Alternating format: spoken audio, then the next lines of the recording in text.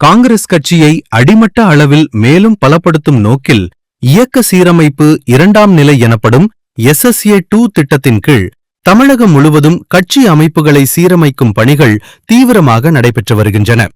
அதன் ஒரு பகுதியாக தஞ்சையில் மாநகர மாவட்ட காங்கிரஸ் கமிட்டியின் இயக்க சீரமைப்பு ஆலோசனைக் கூட்டம் நடைபெற்றது. தஞ்சை மாநகர மாவட்ட காங்கிரஸ் தலைவர் மகேந்திரன் தலைமையில் நடைபெற்ற கூட்டத்தில் முன்னாள் மாநகர மாவட்ட தலைவர் PG ராஜேந்திரன் முன்னிலை வகித்தார். மாநில நிர்வாகி ஜேம்ஸ் வரவேற்று பேசினார்.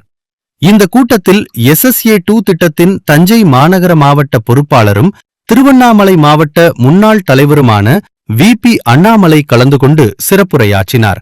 அப்போது மாநகர மாவட்ட காங்கிரஸ் நிர்வாகிகள், தலைவர்கள், மண்டல தலைவர்கள், சர்க்கிள் தலைவர்கள், பேரூர் மற்றும் பகுதி நிர்வாகிகள் உள்ளிட்ட பல்வேறு பொறுப்புகளுக்கு நிர்வாகிகளை தேர்வு செய்வது குறித்து ஆலோசனை நடத்தப்பட்டது.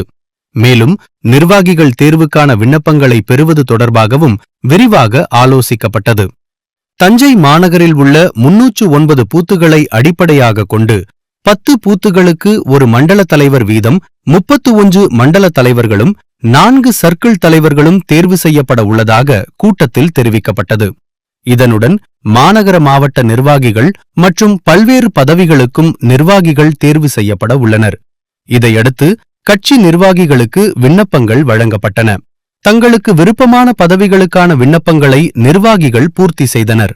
வரும் 3ஆம் தேதி மீண்டும் மாநகர மாவட்ட